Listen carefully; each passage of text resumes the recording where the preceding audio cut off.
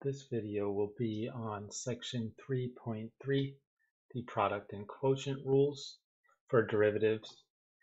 I guess I'll write that in parentheses.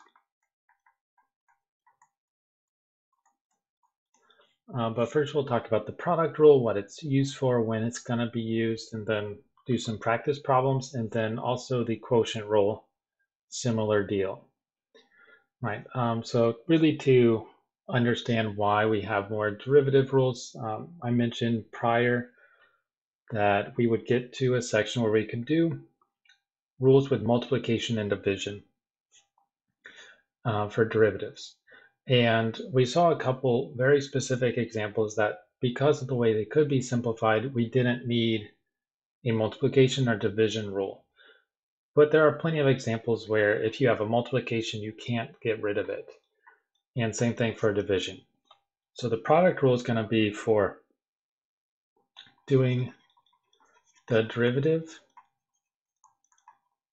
with when there is a multiplication. That's really what product stands for, multiplication of functions. And then quotient rule, same deal, but quotients are what we refer to when we have division. All right, so what we'll do is talk about the product rule first. I don't want to introduce both at the same time. And then we'll deal with division, the quotient rule. All right, so the product rule says this. The formula can look pretty terrifying the first time you look at it,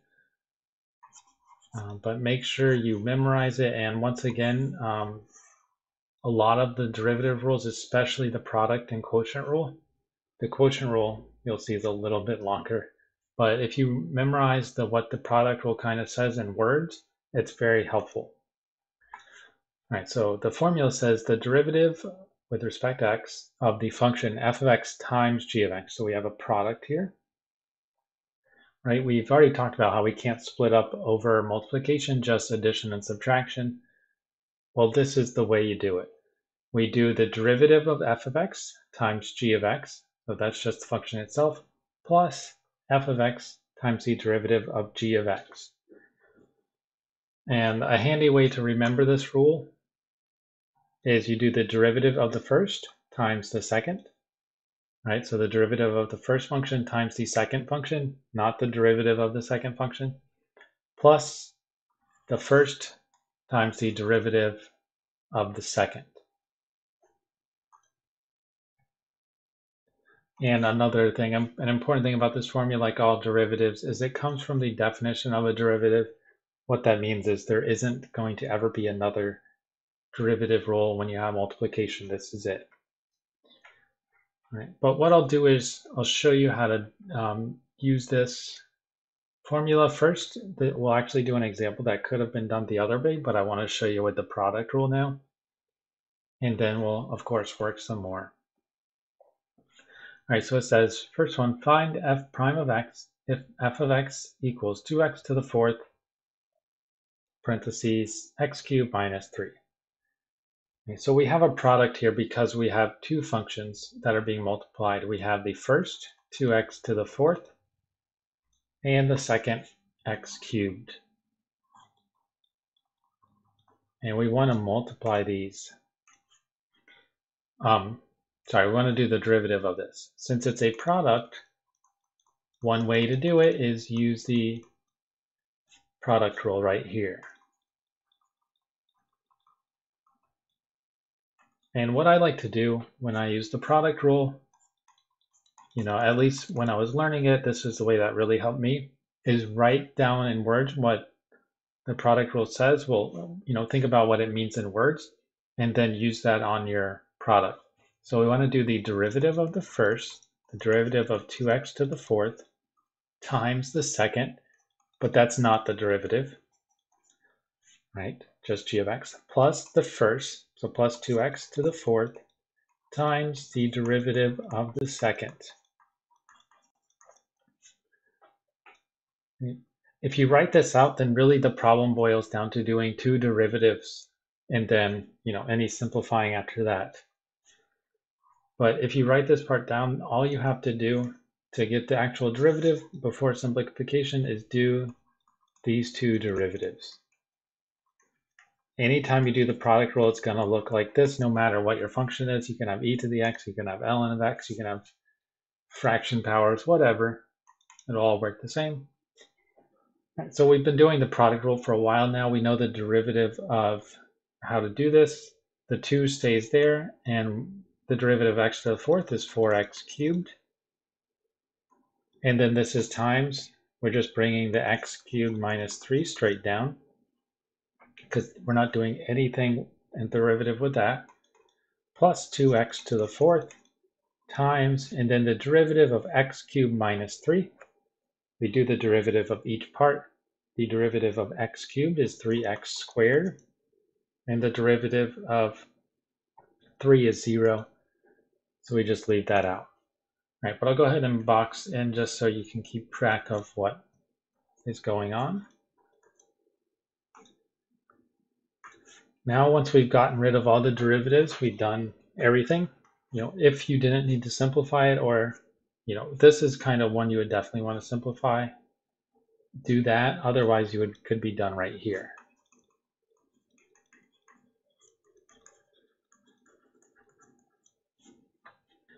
All right, so 2 times 4x cubed is 8x cubed times x cubed minus 3 plus, then we can just multiply these. 2x to the fourth times 3x squared is 2 times 3 is 6, and the power, we add them together, is 6. Keep going, so we can distribute the 8x cubed through. 8x cubed times x cubed is 8x to the sixth, minus 8x cubed times 3 is 24x cubed. And we got our plus 6x cubed, 6x to the sixth. And then we finish simplifying. 8x to the sixth and 6x to the sixth are like terms, so we add those together, 14x to the sixth. And the 24x cubed is not a like term, it has a different power of x. So this is our derivative. All right, now I'll leave it up to you if you want to do it the other way. This is one example. The next one you won't be able to do the other way. But this example, you could have distributed the 2x to the fourth through first and then done the derivative. If you do it correctly, you would get the same thing. All right, but the next one here, like I said, not all of them could be simplified at first. You have to use the product rule, and this is one of the examples. So we got 13, we got to do the derivative of 13x times e to the x. So the first part is the 13x, and the second part is e to the x. Now, if you're wondering why, where I separate the first and second parts, just think of it this way.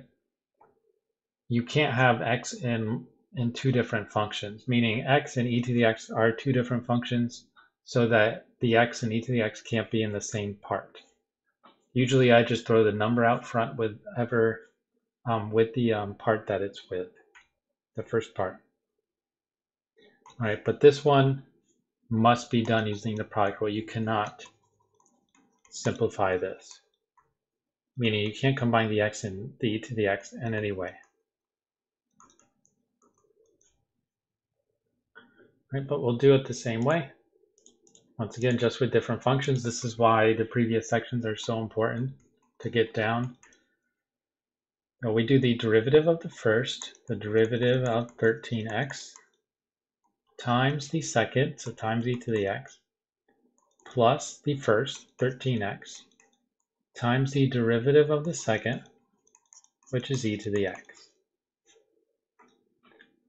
Same exact thing as last time. Do the derivative of each part.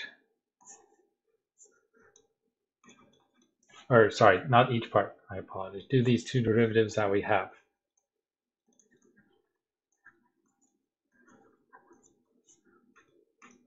All right, just like our equation says anyway. It tells us to do that. So the derivative of 13x is just 13 times e to the x plus 13x.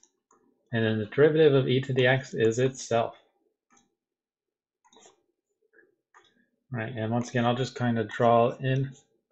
It'd help if I drew the right thing. You know, what's going on? We did the two derivatives here. Now that we've gotten the two derivatives, combine or simplify in any way. If you can't simplify much, then don't worry about it. All right, so this one here, our front term is 13e to the x plus the back term 13x e to the x. Now for me, I would be perfectly fine with this as a final answer, but you can simplify a little bit. There's a 13 in common, which we can factor out, and also an e to the x in common to factor out. When we factor the 13e to the x out, the first term is just left with 1, and the second term is just left with x.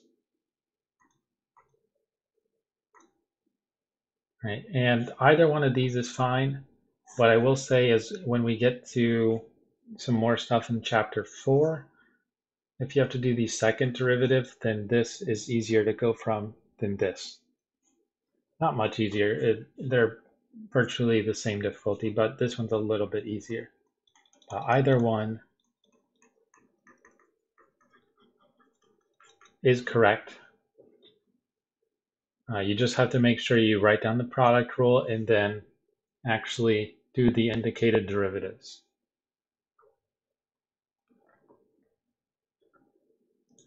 All right, so the last one here, just to work one with the natural log. This says find the derivative with respect to t of 1 plus 3t times ln of t.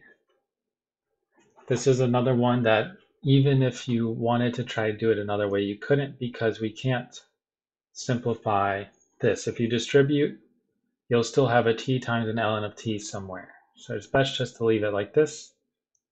Our first part is the 1 plus 3t. Our second part is the ln of t. And once again, since we're multiplying two things here, we must do the product rule.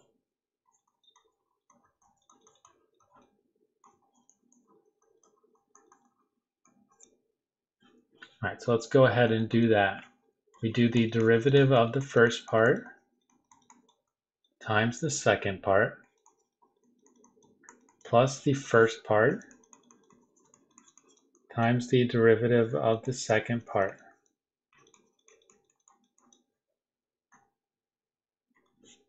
All right, and then this is the last example we have for this little section, but just box in once again, do the two derivatives.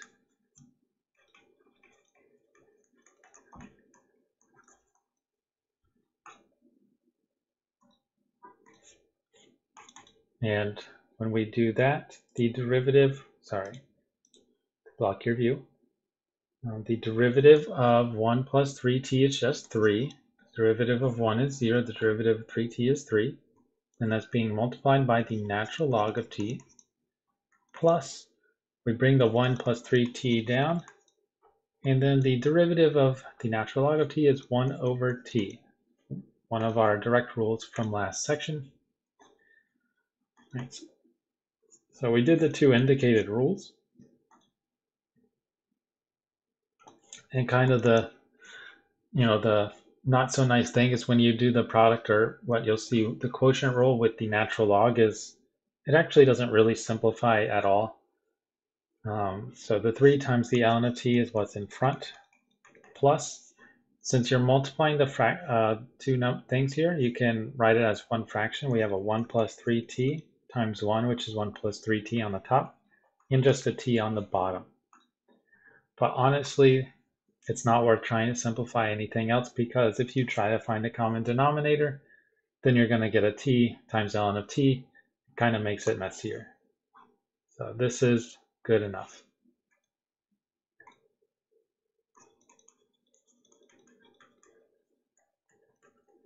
And it really does take some practice, intuition to know where am I good. One thing I'll say is, like I said above, if you do the two derivatives after you apply and then apply the product rule, and you get here, or like this one you get here, or like this one you get here, it's technically not wrong at all. But recognize why, especially with the first one, why did I want to simplify? because they're all powers of x, and it's a good idea to try to simplify that. This one might work out to simplify, might not, because we have x and e to the x, so it's really unknown. This one, you have an ln of x in one term, and you don't have an ln of x in the other, so it's not really going to simplify anyway. All right, so one example, just a reminder of the equation of a tangent line. And I realize now it says find f prime of x and find the equation of a tangent line to the graph of f at x equals 1. And I didn't even write down the function, so I'll just make up one, something that's going to use the product rule. For f of x, let's say equals x squared plus 1 times e to the x. I'm not saying at all that this is going to be nice because I just made this up. But to practice the equation of a tangent line, remember that's when we use point-slope form. We use y minus y1 equals m times x minus x1.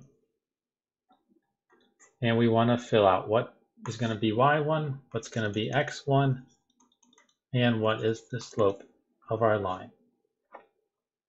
All right, like we mentioned before, x1 has to be given to you, and it is 1. y1, to get y1, we plug in x1 to the original. That's why I like to do it before I do the derivative, so I don't have to get confused about which one's which. So y1, we plug in 1 for x. We get 1 squared plus 1 times e to the 1. 1 squared is plus 1 is 2. And then e to the 1 is just e. So y1 is 2e. And then m, to get m, the slope, we're going to have to do the derivative. And then plug in x1.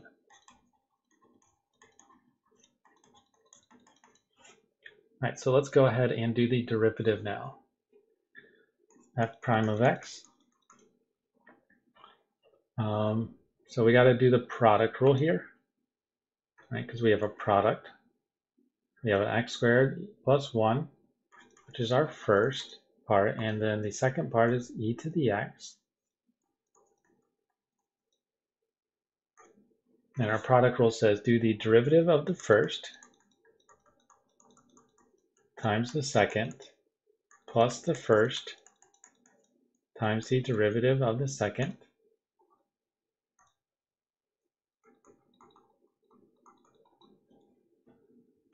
The derivative of the first, the derivative of x squared plus 1, derivative of x squared is 2x, and the derivative of 1 is 0. And we multiply that by the e to the x, plus x squared plus 1, and then the derivative of e to the x is just e to the x. Now, because I'm going to plug in a number here, I'm going to do something with it. I'm just going to do one quick thing, and that's factor out e to the x, just to make it a little bit easier to simplify or to plug in. Because we have an e to the x in common, and we can factor it out. When we take it out of the first term, we got 2x. When we take it out of the second term, we got x squared plus 1. Now, if this simplifies, if this factors or whatever is not really important for what we're doing, so just leave this alone. Now we want to plug in 1 to get m. We got e to the 1 times 2 times 1 plus 1 squared plus 1. E to the 1 is just e. And then 2 times 1 is 2 plus 1 is 4. So the derivative is actually 4e, and that's going to be the slope of our line. Okay, now let's go ahead and plug it in. Plug in our x1, our y1, and our m. We get y minus y1, which is 2e, equals m, which is 4e, times x minus x1, which is 1. And like with these, if you can just type in the equation, this is good enough. if you need to solve for y and get point or slope-intercept form, distribute the 4e through. We got y minus 2e equals 4 times e times x minus 4 times e. And then the last step to get y by itself is to add the 2e to each side. Oops, marked out the wrong side. So on the left side we're left with y, and on the right side we have 4 times e times x. And then minus negative 4e plus 2e is minus 2e.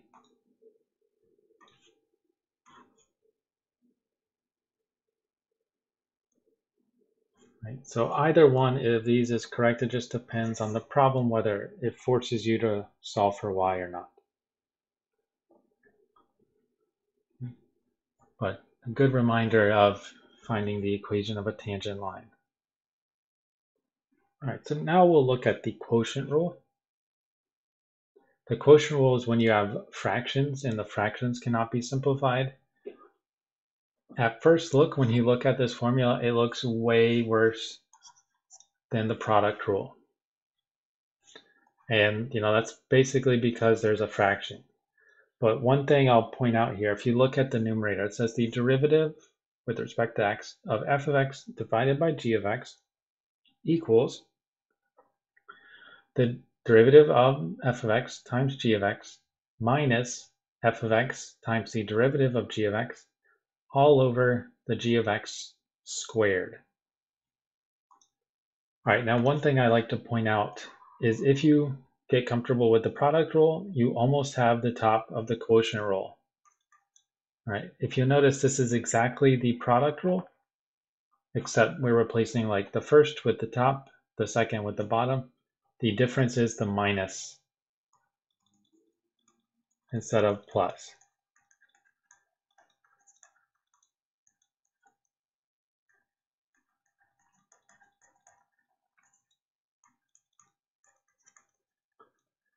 And then the denominator is just saying take the original denominator and square it. Typically what I like to say, and as I will when we work the problems, is you worry about simplifying the numerator. And if you get that simplified, just leave the denominator alone unless there's something that very easily cancels out. Right? And as bizarre as it seems, like it might not be helpful remembering this in words, at least when I was learning it, it was very helpful to me. Do the derivative of the top times the bottom minus the top times the derivative of the bottom divided by the bottom squared. All right. So I think it's a little easier if you remember the top is like the product rule with a minus instead of a plus, and then do the division. But this may also help you. All right, so once again, we'll work a few problems dealing now with the quotient rule. The first one says we want to do the derivative if f of x equals x over x minus 20. Now, one thing I'll go ahead and say here is this one can't be simplified because you have addition or subtraction in the bottom. You have to use the quotient rule.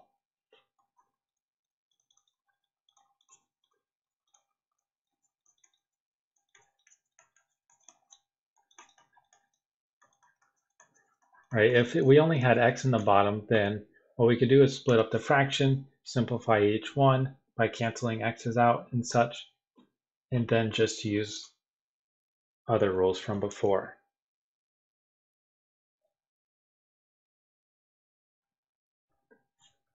Right? So that's one thing to consider here. But another thing that I always like to mention is if you have a fraction, 99% of the time, you're going to use the quotient rule if you have to do the derivative.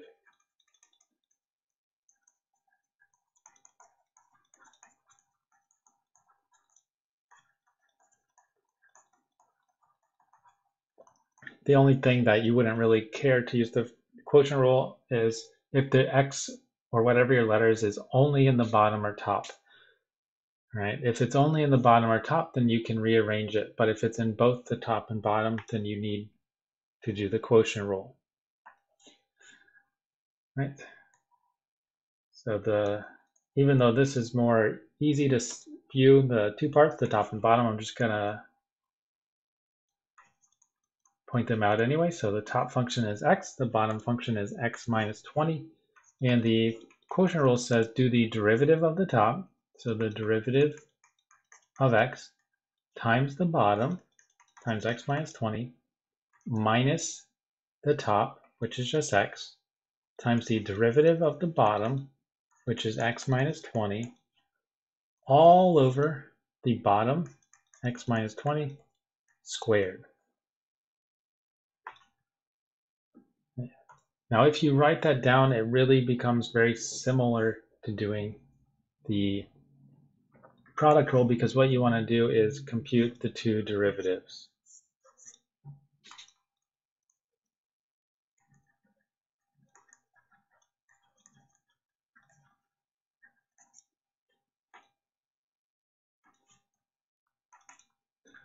Okay, so let's go ahead and do that.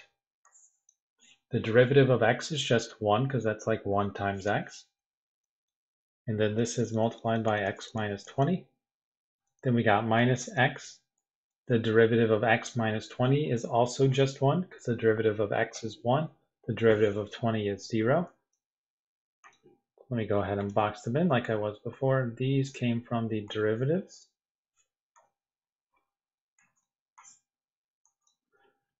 All right, and like I said before, just leave the bottom alone pretty much the entire time. What a lot of people like to try to do is, because you see the bottom and the top, and then the bottom squared down here, they try to cancel them out. But if you have a part over here, if you have a plus or a minus, you can't cancel them out. And so just leave this alone until the end. You're less likely to make a mistake. All right, so our numerator, right, multiplying by 1 does nothing. So we got x minus 20, then minus x over the x minus 20 squared. And the x and the minus x cancel each other out on the top. So we just have negative 20 on the top and x minus 20 squared on the bottom. Right, now this one was just lucky that the x on the top went away. You could still have x on the top and bottom, but the numerator is simplified and there's no obvious way to cancel, so we're done.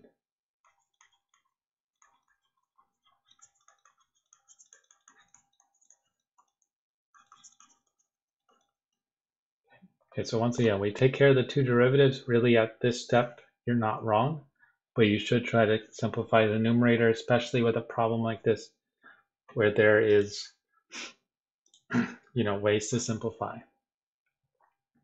Right, second one, a fraction here means do the quotient rule once again.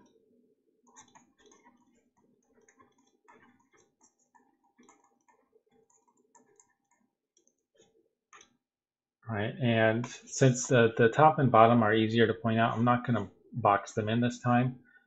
But the derivative, we do the derivative of the top. Notice here our variable is z, so use d over dz times the bottom minus the top times the derivative of the bottom all over the bottom squared. So make sure you square the whole bottom like this. Oh, and I guess one thing I didn't mention last time was, do I need to square this out? Almost never. There's not a benefit to it. If you square it out, it gets longer. It's no longer factored. And you can make a mistake if you square it out. So don't need to deal with that. That's why I just say leave it alone the whole time. All right, but now we do the two indicated derivatives. The derivative of e to the z is e to the z.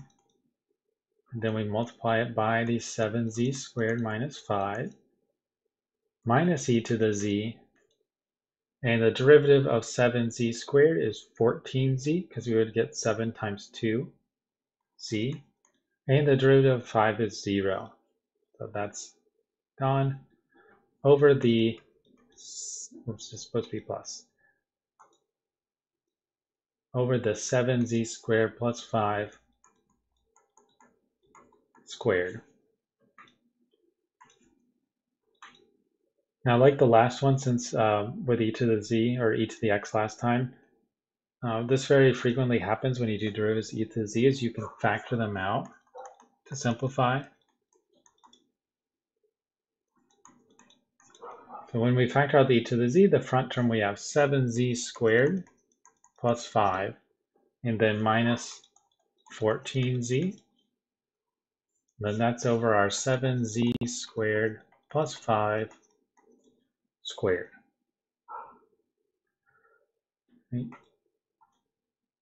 I guess one thing you could check here is, can you factor this? Because if you can factor it, maybe one of the factors would cancel with this. But this doesn't factor, right? We would need two numbers that multiply to 35 and add to negative 14, because this is like our A and our C, and no two numbers like that exist. But as messy as this derivative is, this is simplified. All right, and once again, you'll notice I didn't even do anything to the denominator except square it, because that's what's in the formula. Otherwise, I left it alone.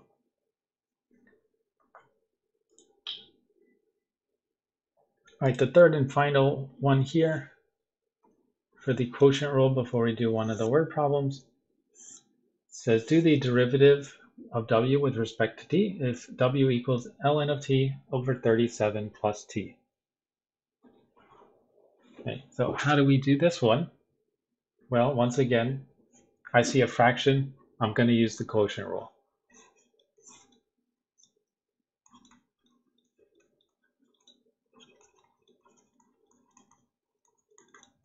Right, there's almost always no question about that.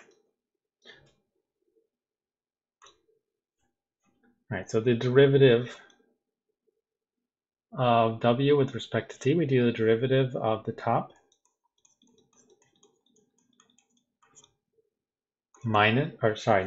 times the bottom, so times 37 plus t, minus the top, ln of t, times the derivative of the bottom, all over the bottom squared, 37 plus t squared. And same exact thing as the other two. Do the two indicated derivatives. Okay, you're pretty much good. You might have to check a couple things. You know, maybe you'll be able to simplify, but that's all. Right, so the derivative of ln of t is 1 over t, and that gets multiplied by 37 plus t minus ln of t times the derivative of 37 plus t. Well, that's just 1, because the derivative of 37 is 0, derivative of 1t is 1. And then that's all over 37 plus t squared.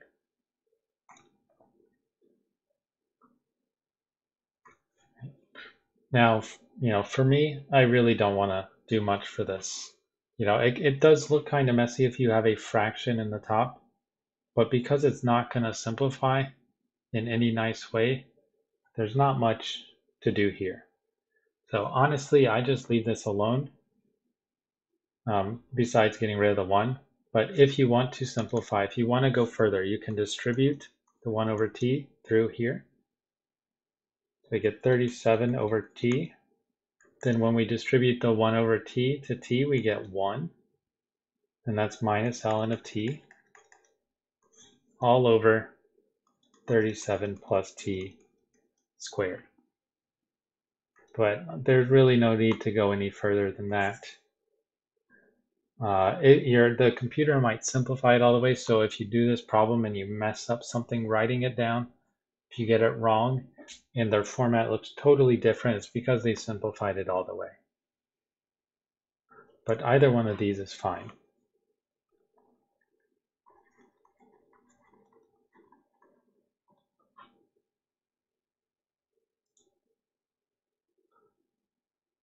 Right. So one more problem in this section This says find the values of x where f prime of x equals 0 and the equation of the line tangent to the graph at x equals 2 for f of x equals x over x squared plus 196. All right, so this is actually asking us two questions. I thought they would both be useful. One, it's always good to practice the equation of tangent line because if you don't do it very much, it's easy to forget. But the other one is this: find the values of x where f prime of x equals 0. All right, so what this is doing is asking us, I'll call this part A. It's asking us to do the derivative and set it equal to 0 and solve for x.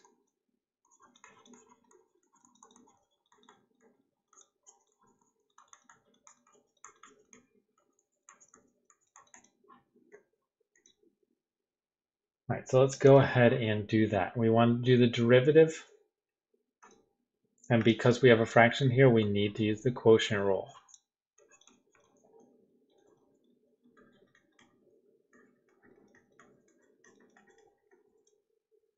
All right, so the derivative f prime of x, we do the derivative of the top, which is x, times the bottom, x squared plus 196, minus the top, x, times the derivative of x squared plus 196, the bottom, all over the bottom squared.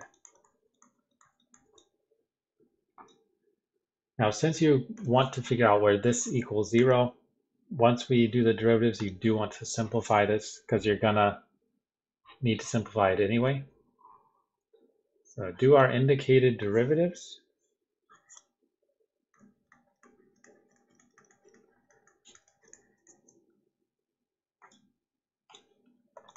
The derivative of x is just 1.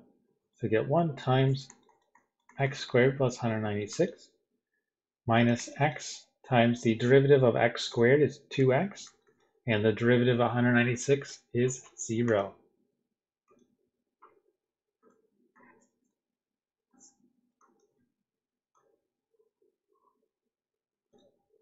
And once again, it's all over the bottom, bottom squared, which I'm not going to mess with the entire time, unless if it blatantly simplifies at the end. Forgot my squared. Right? Now to simplify this, you could distribute the 1 through, which does nothing. So we got x squared plus 196 minus 2x squared over x squared plus 196 squared.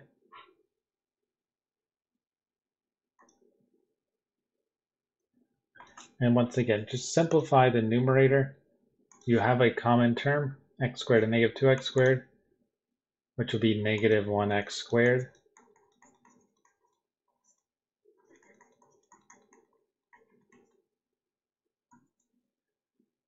Now, one reason why I definitely like to do this problem is sometimes you can look at this very quickly and accidentally cancel out. But negative x squared plus 196 is not the same as x squared plus 196 because it's a negative. So you can't simplify that. This is the simplified derivative.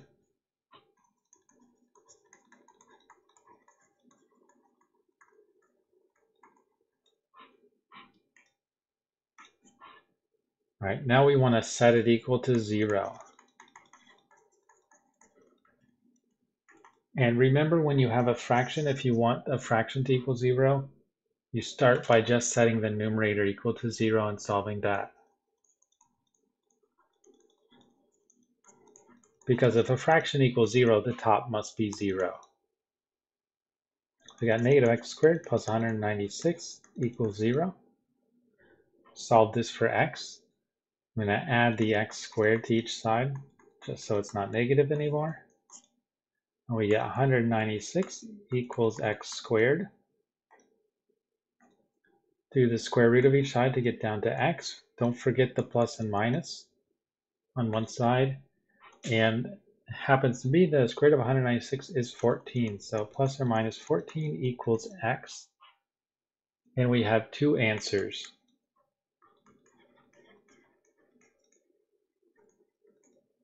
we have 14 and negative 14.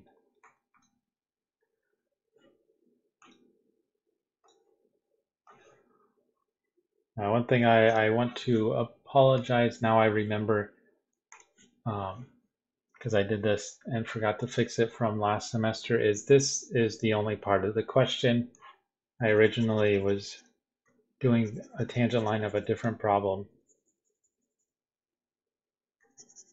So I'm going to get rid of that. All right, so this is only supposed to be part A, or just this part. Of course, you could be asked to find the tangent line at x equals 2, and just do exactly what we would do all the time with tangent lines. Use point slope form, plug in everything, go from there. All right, so the last one here is a word problem, number 2. It says, according to economic theory, the demand X for a quantity in a free market decreases as the price P increases. Kind of makes sense.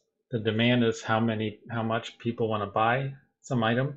So as the price goes up, people are less likely to buy it. Right? Like if I would say if an iPhone was $100, almost everyone would buy them. And I think they cost around $1,000. But if they were $2,000, I think way less people would buy them. So that's the idea. That's all that's saying. And I guess you can see this problem was written quite a while ago. It says, suppose that the number X of DVD players people are willing to buy per week from a retail chain at a price P is given by X equals 7,000 over 0.2P plus 1. And they're just telling you the price that they sell them. Basically, the DVD players only cost between this amount. So you wouldn't be asked to plug in 100 for P or anything. The first part says find dx over dp. So we want to do the derivative. And we're so used to doing the derivative with respect to x that, notice here that x is actually not the part of the function. It's the letter by itself. We're doing the derivative with respect to p.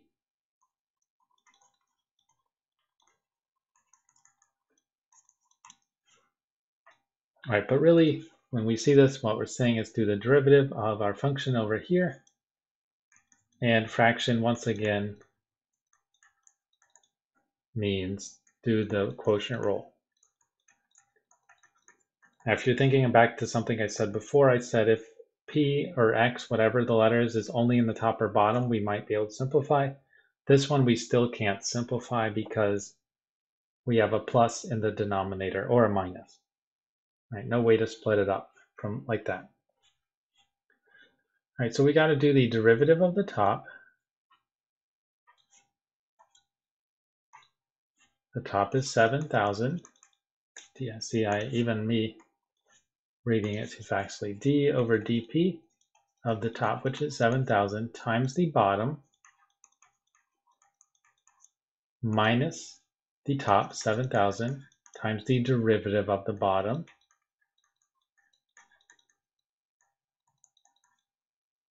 all over the bottom squared, 0.2p plus 1 squared. Right. Now we simplify by doing the two derivatives. The derivative of 7,000 is 0 because that's just a number. So we got 0 times 0.2p plus 1 minus 7,000. And then the derivative of 0.2p plus 1 is 0.2. And that's all over 0.2p plus 1 squared. Right, so if we multiply by 0 to anything, it's just 0. And then what we're left with on the top, 7,000 times 0.2 is actually 1,400. But we have a minus sign here, so don't forget the negative. And that simplifies our numerator all the way. The denominator is 0.2p plus 1 squared. And that's all I asked for in this part. So this is dx over dp. Now what does the next part say? It says find the demand and instantaneous rate of change of demand. Right, so that's another way of saying derivative. With respect to price, so with respect to P, that's what we did, when the price is $20, and then write a brief interpretation of these results. All right, so what it's telling us to do is plug in P equals 20, the price is 20, to the original, and plug in P equals 20 to the derivative. All right, we have our derivative formula. We have the original formula because we have to be given that. So now let's do it. But now I took it off my screen. So all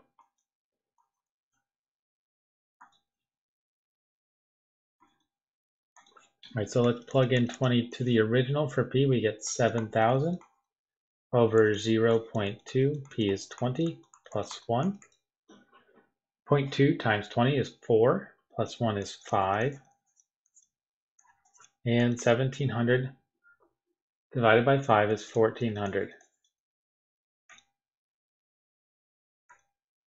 All right, so what this is saying here is the demand, how many people they expect to purchase it at a price of 20, it's 1,400.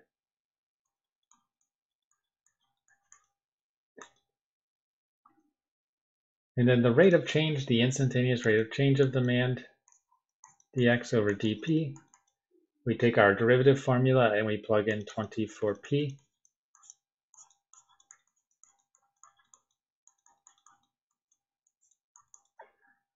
All right, so the top's just negative 1,400 and the bottom, we know the inside is 5 because that's what we did before. So it's 5 squared, which is 25. And that one, just to be very careful, let's do it in the calculator. Negative 1,400 divided by 25 equals negative 56. And that's the rate of change of demand.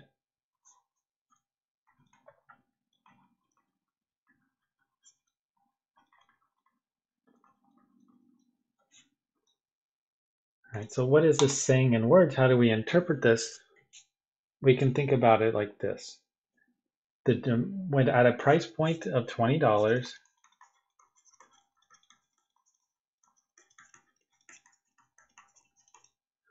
the demand is 1,400,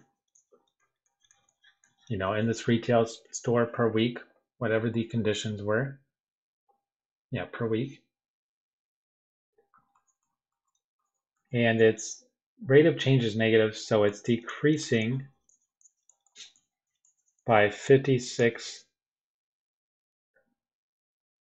per dollar increased. Right? So remember, the derivative tells you what's happening to the original function. The demand is decreasing by 56 as we increase the price per dollar. All right, so let's go ahead and use the results to estimate the demand if the price is increased to 21. Well, if you got this down in words, then it's pretty direct because it would be 1,400 is the demand if the price is $20, what we found above, and then we're going to lose 56 customers if we increase it by $1. And that is 1,344. And we did have a problem like this before where I discussed if the analogous would be if the demand was increased by more than $1. So let's just say if the demand is increased by, or sorry, not the demand, the price is increased by in dollars,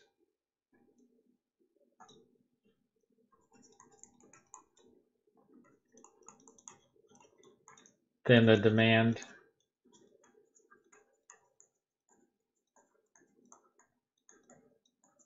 would be 1,400 minus 56 times n. right? The reason where this comes about is if we increase it by $2, then we want to take off 56 twice. So we do 56 times 2. We increased it by $3. We would take off 56 3 times, and so on. Yeah, but once again, the main point here, we definitely want to be able to interpret the results. That's what's really important for this class, but also be able to do our new derivatives.